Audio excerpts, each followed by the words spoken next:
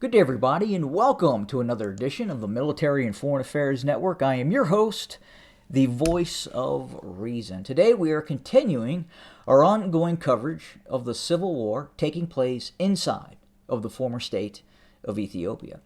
And I've titled this episode, obviously, a Battlefield Ethiopia, which it is very much a battlefield, to include Eritrea as well. And I've titled it also the meat grinder. And the reason I've titled it that is just the level of violence and intensity of operations and the amount of personnel involved in this conflict. Some would say it's quite possibly unprecedented. I know a lot of folks in terms of African-centric conflicts look at the Democratic Republic of Congo. They look at Rwanda. And a lot of the fighting that took place within this sphere was largely unorganized, or to an extent, it was rabbles of unorganized militias that took part in the conflict. And this, I'd have to say, is much, much more organized in terms of what we are seeing on the ground. And then you compound that with the incredibly large number of combatants that are involved. Again, forces of Eritrea, forces of the Tigrayan Defense Forces, AB loyalist forces, which are a multitude of those in terms of the ENDF, the Ethiopian National Defense Forces, Amharan regional militias, Oromo regional militias. So you have the making of combatants exceeding a million personnel, as I talked about in a previous episode.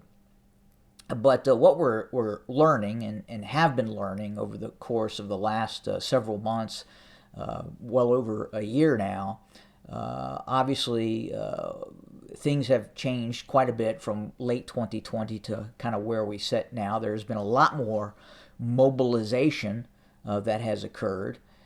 And if you look at it, and just in terms of manpower, if we start up here in Eritrea, you have a state that has compulsory military service.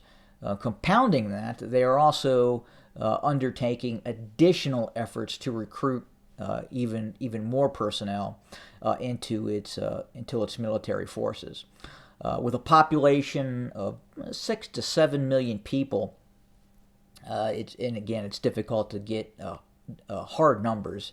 We're probably looking at a force construct in Eritrea that is in excess of 300, quite possibly in excess of 500,000 personnel, probably more like 300,000 personnel currently serving in operations against the Tigray region. And as we move south, then obviously you have the Tigrayan Defense Forces. The Tigray region, 5 to 6 million personnel, depending on the number of displaced peoples.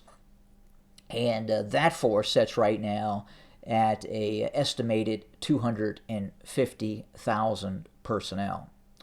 To the south, you have the Amhara region, and then you have the AB loyalist forces. Now, this is a bit more fragmented, but at the same time, a vast pool of manpower that the AB loyalist forces are able to pull from. Obviously, there's some very deep-seated resentment between the Amhara region and the Tigray region. The initial occupation of large parts of the Tigray region before those occupational forces were evicted has led to the breaking of the social contract that once existed. And again, that's why I call it the former state of Ethiopia. But the Amhara region, 20 million people. Obviously, out of that 20 million, you have about 10 million males. And let's be conservative, 10% is available for service. So again, you can see the numbers are significant in terms of the available pool of manpower just in the Amhara region. And that probably is upwards to 1 million fighting age males. And at the same time, we also know that in terms of all forces involved, females have been involved in the ongoing war. Both in the B loyalist side, females are inducted into military service. We have seen females fighting in the Tigray region, and obviously Eritrea the same too. So again, roughly 1 million personnel available. How many are actively serving in a combatant capacity in the Amhara region? Difficult to say, but we can say right now that in all probability, the Ethiopian National Defense Forces, aka the Abiy loyalist forces, probably number anywhere between 500 and upwards to 700,000 fully mobilized forces. And that also obviously includes the Amhara region, the Oromo region, and other areas as well. Now, the Oromo region, Oromia, becomes a little bit more complex because there is another civil war taking place within Oromia. Much of Oromia does not support, or a significant portion of Oromia does not support Abiy Ahmed. So you have that fragmented society inside of the Oromo region as well. And what that number looks like is that 50% of Oromos support Abiy Ahmed and 50% don't. Again, very difficult to say. It appears, at least, the Abiy loyalist forces are a very, very it's a very Addis Ababa centric state right now, and I've often called the Abiy loyalist forces almost a city-state based in Addis Ababa, being heavily supported by the Amhara region. And there's some debate on that, and obviously there is a portion of the Oromo region, that Oromia, that supports Abiy Ahmed as well. And then you have that secondary support for the Oromo Liberation Army seeking self-determination for the Oromo region. Many folks in the former state of Ethiopia feel that and believe that the Amharans have taken hold of the former state of Ethiopia and are the controlling ethnic group as we speak. But again, that is an opinion, not just of mine, but an opinion of a very large number of Oromos. So very complex situation, but again, it is the nature of this conflict, which is multifaceted. We're seeing this, what is, for all intents and purposes, a civil war taking place in the Oromo region. 35 million people live in the Oromo region. So again, even if 40%, 30% of Oromos support Abiy Ahmed, still a very large pool of fighters available for the Abiy loyalist forces. So in total, again, if we look at the total amount of forces involved, as I talked about in the previous video, Abiy loyalist forces, 700,000. Some believe that it is upwards to 1 million. So very significant fighting force. In the Tigray region, 250,000. Eritrea, 500,000 personnel. So huge amounts of organized fighting forces taking place in this conflict. And some would ask, well, how are the Tigrayan Defense Forces able to hold up against this vastly superior force in terms of both manpower and obviously equipment as well? Both of these forces, the Eritrean military and the Abiy loyalist forces, have access to hundreds and hundreds of main battle tanks, armored fighting vehicles, artillery pieces, and the Tigray region does not. But before this conflict all started, and predating 2018, much of the general officer staff was made up of members of what is now the Tigrayan Defense Forces. And they were a very competent force that also had massive amounts of battlefield experience from fighting that took place in the late 1990s and early 2000s between Ethiopia and Eritrea. And when society fragmented, meaning the Tigray region ended up going its own way, many of the officer corps of the Ethiopian National Defense Forces, again, became the command staff of the Tigrayan Defense Forces. Much of the northern command of the Ethiopian National Defense Forces, located in Tigray, were Tigrayans. And many of those Tigrayans had direct battlefield experience fighting the despotic regime of Eritrea.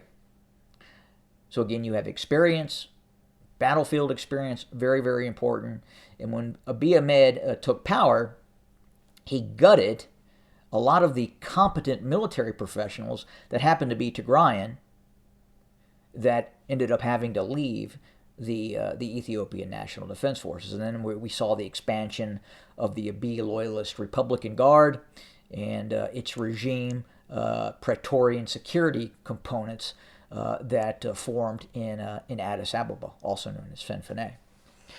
But again, the level of fighting that we're seeing now, again, and just in terms of manpower, is insane. The losses that both the Abiy loyalist forces and what we're now learning the Eritrean military has suffered in this new round of fighting, which has been going on for over a month now, has been mind-numbing.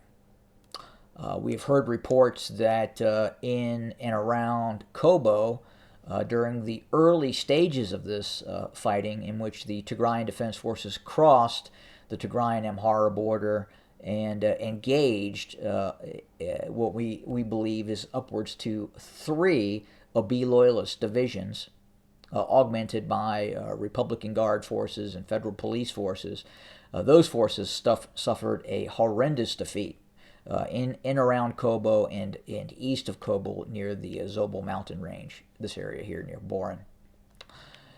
And again, the level of casualties that the Abiy loyalist forces suffered is astronomical. Furthermore, we have seen incredible heavy fighting taking place east of Sokoto, east of Lalibela in this area, and then the losses, at least for the Abiy loyalist forces, again, because of just that lack of competency within the Abiy loyalist forces, has really shown itself and manifested itself on the battlefield. And we have seen that throughout this conflict taking place. So since the Abiy loyalist and Eritrean army was evicted from the Tigray region, a lot of this fighting has been taking place on Amharan soil, or what has traditionally been Amharan soil. In the north, near Shiraro, again, the intensity and level of fighting and the casualties as the Eritrean army, supported by Abiy loyalist forces near Shiraro and Adidaro in this area here, again, have been astronomical. The Tigrayan Defense Forces, which have been fully mobilized over the course of the last better part of 2 years now, have created multiple defensive belts in the northern Tigray region and the southern Tigray region as well. And we can really see at this point just the how that has also affected the battlefield. I think a lot of analysts believe that the Eritrean military, if it reinvaded the Tigray region, we would probably see a repeat of what occurred in late 2020. But that has not happened. the Eritrean army has been stopped near Zalambasa in this area here along the B-20 highway. To the west, Rama, again, very little headway by the Eritrean army. And again, the intensity of the fighting that has been taking place, just brutal, brutal. And that's not to say that the Tigrayan Defense Forces are not taking casualties. They have absolutely taken casualties in this conflict. But because the Eritrean army, the Abiy loyalist forces, have been on the offensive, fighting against a very well dug in and very tenacious and very well trained and more importantly, very well led Tigrayan Defense Forces. Again, many of these generals that now lead the Tigrayan Defense Forces were battlefield commanders in the Ethiopian National Defense Forces. Many of these Tigrayan generals were actually the commanders of some of the many of the Abiy loyalist forces. So again, the level of competency that you see in the Tigrayan Defense Forces, again, is why you kind of see that. And then again, in areas in the West,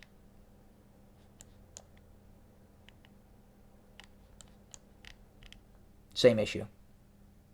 Just incredibly heavy fighting taking place near Shiraro and again Adidaro. And we know now that it appears that Adidaro is in question, and that Eritrean forces have been pushed out of that area, as we're seeing a heavy uptick in tactical airstrikes against targets in and around Adidaro, which leads us to believe that the Tigrayan Defense Forces are in control of this area.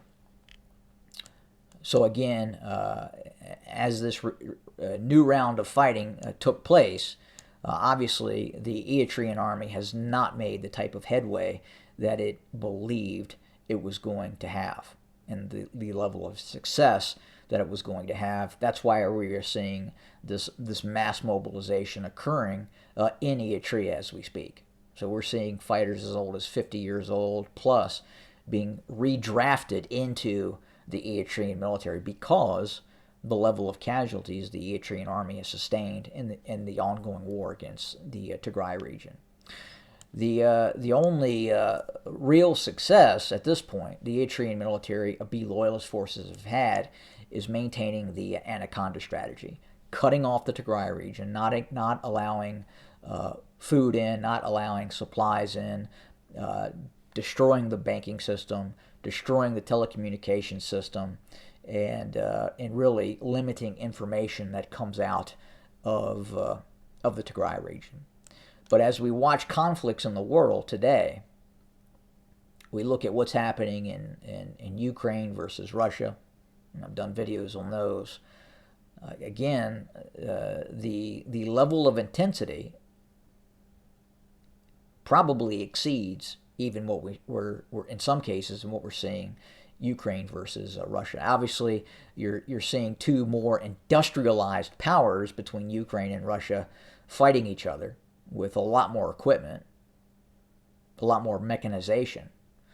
But the sheer numbers of fighting forces probably are very, very comparable in terms of what we're seeing in this conflict in the Horn of Africa. And again, we will probably not know the true extent of casualties and just how brutal this war was until many years after it is finally ended, and we can finally get information from the region. Again, it is a horrific human travesty that is taking place, and obviously a very, very unwise decision by Abiy Ahmed to launch this invasion into the Tigray region, which again has fragmented the former nation state of Ethiopia. And I get a lot of comments in the comment section. What do you mean by the former state of Ethiopia? Well, look, guys, the Tigray region is essentially a de facto independent nation state. The Oromia region is in civil war and has fragmented. It is a fragmented state because of the decision-making processes of Abiy Ahmed to go to war against the Tigray region. You can call it a law enforcement operation. Ultimately, he decided to go to war against the Tigray region. And this is where we sit today. But that's all we have for today. We'll continue to watch, report, and bring you more content. And obviously, as always, thanks for joining us. Please feel free to comment. Both those who support and both those that have a different opinion. And as always, have a good day.